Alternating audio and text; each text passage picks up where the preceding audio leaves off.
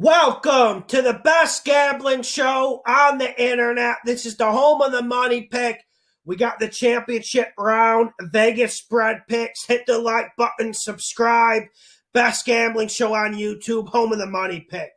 First game, we got the Tampa Bay Buccaneers at the Green Bay Packers. Green Bay is -3, and I got the Bucs to win in the cover. There is not a lot of science here, because I know what everyone's going to tell me. The Bucs are going to start slow. We saw that against the Saints. We know Lambeau Field isn't easy to play in, especially since it will be very cold this weekend for this championship game. But you got some things working in the Buccaneers' favor. One thing that really stood out to me these last 2 weeks is how Leonard Fournette is starting to get in rhythm. When that big body gets moving forward and cold, it can really help. And the Buccaneers are a damn good offense when they can work into play action. We saw what the Packers did against the Rams, and I know everyone left very, very impressed. I didn't. I think the Packers are a damn good team, but I think we're going to start seeing their cracks show a little bit. You even saw that against the Rams. Yes, Lazard ended up getting that long touchdown catch, but you saw him make critical drops. You saw other receivers make critical drops. We know Davante Adams is great. We know that man can ball, but I am asking myself, okay, who else is going to step up for the Packers?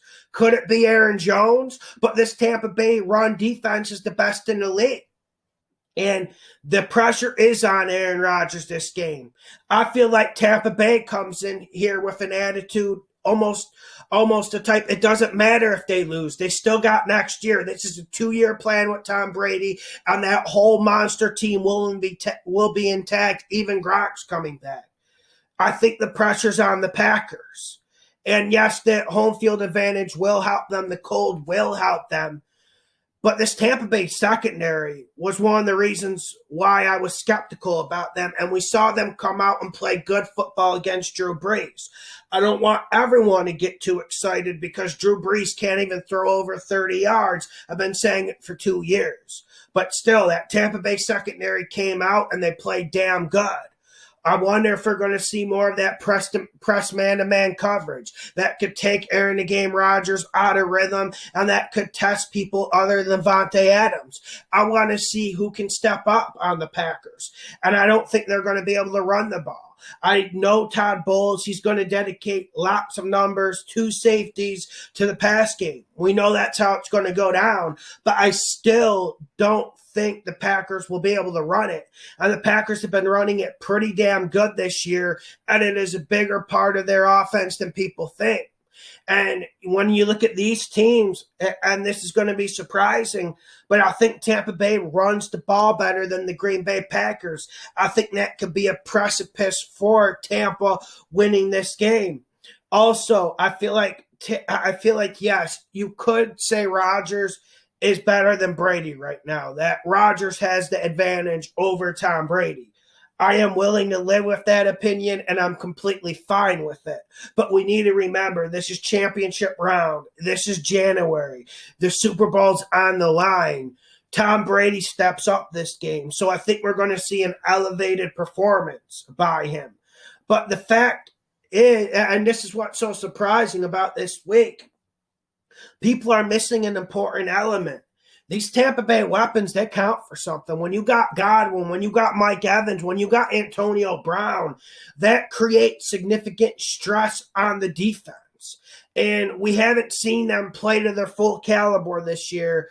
But you even saw Gronk last week blocking and opening up massive holes. This team has the talent advantage. And it even scares me to say that, because talent doesn't get you to Super Bowls. But you feel like Tampa Bay's finally getting it together. We saw the special teams was really bad against the Saints, and that could be something that kills them against the Packers. You need to get those minute, finite details corrected, or you're not going to win in Lambeau Field. It's that simple. I think Aaron the Game Rodgers is able to throw it. I don't think the Packers are going to run it. And I don't know if I don't know if we can imagine Aaron Rodgers throwing this 45 times, whipping it for 380. I can't see that. This Packers offense just isn't high voltage enough to me. I think the Tampa Bay offense makes the bigger plays, and I think a lot of those big plays come off the play action. It is going to be a great game, and I know the Packers have a good secondary, but I don't think they have the secondary to match up with Tampa Bay. This will be like a 24-20 type game. I think Tampa Bay's defense shows up again, and Brady will do just enough in the fourth quarter. I got Tampa Bay to win in the cover. Take Tampa Bay with the +3. Next game, we got the Buffalo Bills at the Kansas City Chiefs. Chiefs are -2.5. I got the Bills to win in the cover. And I am going with the underdog in both of these games. But I don't think the underdog is as massive as people are making it out to be. Everyone's talking about Mahomes. Everyone is talking about Mahomes' concussion. I'm more worried about that big toe. That's the same big toe we saw that has destroyed Deion Sanders' career. It's why he had to retire. And it's where all the force comes on his throws. And that's what I'm more concerned about. He will be cleared. He will be out of concussion protocol. That hit was nothing that he took. It was actually weird how he got hurt. But I think this is more about Mahomes' toe. And you got a Buffalo team that is hungry. You got a Buffalo team that is ready. And this Chiefs offense is damn good, and we don't need to go on and on about it. We know they have the best targets in the league. We know the offensive line can play. And actually, when they want to do it, they can actually run it pretty good. But this Buffalo team has a different type of energy about it. You saw that Ravens defense come out and completely shut down the Bills offense in the first half. But the Bills found other solutions. They created a turnover and touchdown on defense. And that's what you need to do in the playoffs. You have to find other solutions. If Pat Mahomes' foot, his big toe, is so hurt that it is hurting his throwing motion, that it's hurting his arm strength, I think this tilts the advantage in the Bills. This game was right down the middle before it, and I think this tilts the advantage for the Bills. Now, the Bills are going to have to play a little bit more physical. They need to be able to get a pass rush, but that's one thing we've been seeing out of the Bills all playoffs. Their pass rush has been strong. Chiefs have a good pass rush, but I feel like this Chiefs front seven, I feel like they're more geared to stop the run than they are to rush the passer. And when you face Josh Allen, you have to be able to rush the passer, and and it's not even about the sacks.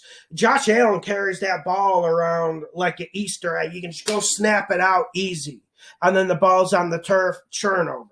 Teams do that once they get close to sacking him. Problem is, they don't get close to him too much because the Bills go a lot of 3 and 4 wide receivers. And this is the way you have to attack the Chiefs. You got to spread them out. You know what Spagnuolo wants to do? Spagnuolo's going to say, I want to send A-gap pressure at Josh Allen. I want to throw nickel backs and blitzes. I want to go nickel, and I want to blitz. I want to attack him. I want to make Josh Allen uncomfortable. I want to make him make some crazy throws. But Josh Allen's going to get that right out of his hand. The Bills are going to go 3-4 wide receiver sets. That's the antidote for Kansas City. Kansas City doesn't have the dudes. They don't have the dogs in the secondary to match up with that. This is another week Cole Beasley gets more healthy. This is Stephon Diggs, the best receiver in the league at the moment. There is really no debate about it. The Bills are on a trajectory that is special. And then to get to the Super Bowl in this league, you need a little bit of luck. You need that die to go on 7. And the Bills got that with Pat Mahomes' toe. The concussion's still up in the air. But for those of you dreaming, the NFL's not going to let that happen. Concussion protocols, literally it's just a week, then they let you off of it now. I would be absolutely shocked if Mahomes has had a hell out of this game due to that. The toe's the issue here.